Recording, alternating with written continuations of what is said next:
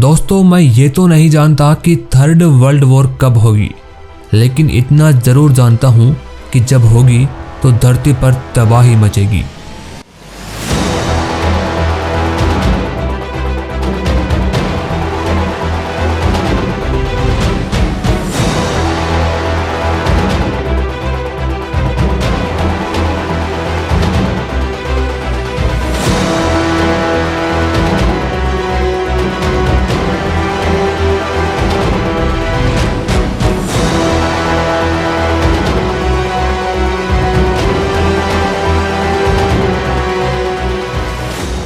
दोस्तों, आज वो वक्त नहीं रहा है जब पैदल सैनिकों से, तीर कमानों से और तलवारों से युद्ध हुआ करता था।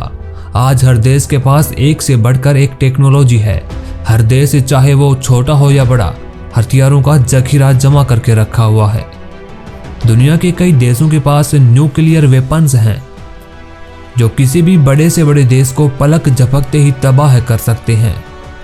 रूस और चीन जैसे देश ने तो ऐसी ऐसी मिसाइलें बना रखी हैं जो दुनिया के किसी भी कोने में पहुंचकर तबाही मचा सकती हैं। सोचिए, अगर जंग हुई तो दुनिया का क्या हश्र होगा।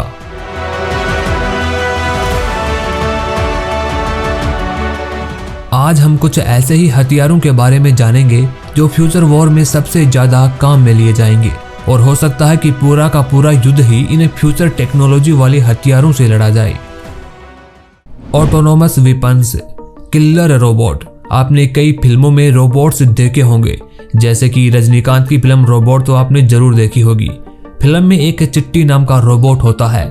बनाने को तो उसे अच्छे मकसद के लिए बनाया गया था, लेकिन वो एक ऐसे रोबोट में बदल जाता है जो सिर्फ तबाही और बदले की भाषा समझता है। अब फ्यूचर में ऐसे ही रोबोट्स बनाने पर काम हो रहा है। आसान भाषा में समझें तो ये रोबोट से ज्यादा एक मशीन है। ऐसी मशीनें जो कई तरह के खतरनाक हथियारों से लैस है, और इससे भी ज्यादा चौंकाने वाली बात है कि इन्हें एक्शन लेने के लिए इंसान की जरूरत नहीं होती। इन्हें इंसान नहीं ऑपरेट करते। ये हथियार एक बार अपने टारगेट को लॉक करने के बाद उसे खुद के कंप्यूटर के जरिए खोज कर मार सकते हैं। इनकी बॉडी में सेंसर लगे हैं और आर्टिफिशियल इंटेलिजेंस से लैस है। ये ऐसी मशीन या रोबोट्स हैं जिनका काम इंसानी आदेश के बिना खुद से हमला करना या मारना होता है।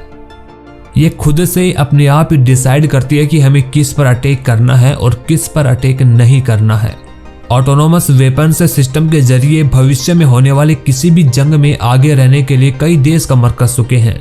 किलर रोबोट्स के विकास की लड़ाई में अमेरिका, रूस, चीन, फ्रांस, ब्रिटेन और इजराइल जैसे देश तो करोड़ों डॉलर निवेश भी कर चुके हैं।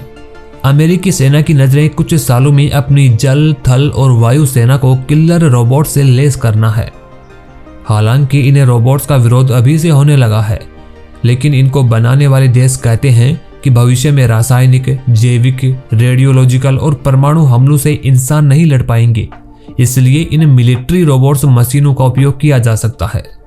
लेकिन दोस्तों, जीवन और मौत का फैसला लेने की क्षमता इंसान के बजाय मशीनों के ऊपर छोड़ देने को ही मानवता के लिए खतरा माना जा सकता है, और इसी वजह से किलर रोबोट्स पर बैन लगाने की मांग हो रही है। High energy laser weapons. युद्ध के तरीके बदल रहे हैं और हथियार भी। अब पारंपरिक हथियारों की जगह है दूर से हमला करने वाले हथियार विकसित हो रहे हैं। भविष्य में युद्ध हाई एनर्जी लेजर वाले वेपन्स से लड़ा जाएगा, इस बात से इनकार नहीं किया जा सकता। इस लेजर बीम हमले में न तो कोई आवाज होती है और न ही किसी तरह का धूम धड़ाका। यह चुपचाप अपने दुश्मन टारगेट में छेद कर देती है और या फिर उसे जलाकर राख कर देती है। डायरेक्ट एनर्जी वेपन्स एक ही जगह पर तैनात करके आप कई किलोमीटर दूर तक हमला या बचाव कर सकते हैं। इससे निकलने वाली किरणें, चाहे वो लेजर हो या इलेक्ट्रोमैग्नेटिक किरणें या फिर सब एटॉमिक पार्टिकल्स या फिर माइक्रोवेव किरणें, ये दुश्मन को पल भर में चित कर देती है। ये हथियार किसी भी चीज पर भारी मात्रा में फोटोन डालते हैं और इससे उस चीज में आग लग जाती है और कुछ ही देर में वो चीज जलकर के राख बन जाती है।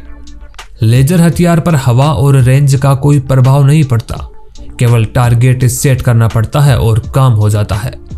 इस लेजर हथियार की पावर 150 किलोवाट से लेकर 500 किलोवाट तक हो सकती है। Space based weapons. जरूरी नहीं कि भविष्य का युद्ध केवल धरती पर ही सिमट जाएगा। फ्यूचर वार में आसमान से ही सबसे ज्यादा कहर बरपेगा। ऐसे वेपन्स भी तैयार होने लगे हैं जो अंतरिक्ष से सीधे धरती पर अटैक करेंगे। इनमें पहला वेपन है direct energy weapon. US space force ने ऐलान किया है कि वह अंतरिक्ष में डायरेक्ट एनर्जी वेपन्स को एक्टिवेट करने के लिए काम कर रहा है। यह हथियार इतना खतरनाक होगा कि पलक झपकते ही किसी भी देश के सैटेलाइट को उड़ा देगा। इतना ही नहीं बल्कि इनमें से कई तो धरती के किसी भी कोने में हमला करने में सक्षम होंगे। अमेरिका ही नहीं बल्कि चीन और रूस भी अंतरिक्ष में डायरेक्ट एनर्जी वेपन्स को तैनात कर रहे हैं। और अगर ये एनर्जी सैटेलाइट को उड़ा देंगी तो धरती पर पूरा कम्युनिकेशन सिस्टम ठप पड़ जाएगा। धरती पर फोन और इंटरनेट काम करना बंद कर देंगे। इसके अलावा दूसरा हथियार है हाइपरसोनिक मिसाइल। आम भाषा में हाइपरसोनिक हथियार का मतलब होता है कि ध्वनि की गति से 5 गुना ज्यादा स्पीड में चलने वाला हथियार। यानी जो हथियार हवा में 6000 किलोमीटर प्रति घंटा की तेज गति से उड़ सके उसे हम हाइपरसोनिक हथियार कहेंगे। पहले वाली मिसाइल क्रूज मिसाइल होती थी और क्रूज मिसाइल धरती की सतह के नजदीक उड़कर कम दूरी तक मार करती है, जबकि बैलिस्टिक मिसाइल या फिर आज के जमाने की हाइपरसोनिक मिसाइल वायुमंडल से बाहर जाती है और हजारों किलोमीटर दूर तक निशाना भेज सकती है। ये एक ऐसी मिसाइल होती है जो धरती से लॉन्च होने के बाद पहले अंतरिक्ष में जाती है और फिर वहां से अपने टारगेट को निशाना बनाती है। कहने का मतलब हुआ कि यह अपने टारगेट तक पहुंचने से पहले पूरी धरती का चक्कर लगाती है और चीन ने इस तरह की मिसाइल का परीक्षण भी कर लिया है। Hypersonic aircraft. फ्यूचर वार में स्पीड का सबसे ज्यादा प्रभाव पड़ेगा। यानी जिस देश के पास जितनी स्पीड होगी वही देश दूसरे देशों की तुलना में आगे निकल जाएगा। इसी कड़ी में नाम जुड़ता है हाइपरसोनिक विमान का। एक हाइपरसोनिक विमान 2 घंटे के भीतर दुनिया में कहीं भी हमला करने के लिए मॉक 5 से ज्यादा की स्पीड से उड़ान भर सकता है। इन विमानों का उपयोग किसी उपग्रह को धरती की निचली कक्षा में पहुंचाने के लिए किया जाएगा। ये विमान पल भर में ही सैनिकों को मिलिट्री इक्विपमेंट्स और हथियार, गोला बारूद आदि चीजों को दुनिया के किसी भी कोने में पहुंचा सकते हैं। Nuclear missile. अगर दुनिया की महाशक्तियां अब भी नहीं चेती तो ये तो तय है कि तीसरा विश्व युद्ध परमाणु युद्ध होगा। और परमाणु अटैक का दर्द कैसा होता है ये दुनिया ने एक बार देख भी लिया है। दुनिया के इतिहास में पहली और आखिरी बार परमाणु बमों का इस्तेमाल दूसरे विश्व युद्ध में हुआ था, जब अमेरिका ने जापान के 2 शहरों हिरोशिमा और नागासाकी पर 6 और 9 अगस्त 1945 को हमला किया था। यह हमला इतना खतरनाक था कि कुछ ही पल में 80,000 से ज्यादा लोगों की मौत हो गई थी। बम के धमाकों से इतनी गर्मी पैदा हुई थी कि लोग खड़े खड़े ही जल गए थे। 1 मिनट के अंदर हिरोशिमा शहर का 80% हिस्सा राख हो गया था। तबाही यही नहीं थमी, इसके बाद हजारों लोग परमाणु विकिरण से जुड़ी बीमारियों के चलते मारे गए। सोचिए, उस समय तो केवल अमेरिका ने ही परमाणु बम से हमला किया था जिसने जापान को तबाह कर दिया था, लेकिन आज तो तकरीबन हर देश के पास परमाणु मिसाइलें हैं और अगर युद्ध छिड़ा तो हर देश जंग में कूद पड़ेगा। और अब अगर इतने सारे परमाणु हमले धरती पर होंगे तो बताने की जरूरत नहीं कि समूची मानव जाति का विनाश हो जाएगा। साइबर वार। दोस्तों, जैसे जैसे टेक्नोलॉजी बढ़ती जा रही है वैसे ही नए नए युद्ध के तरीके भी इजाद होते जा रहे हैं।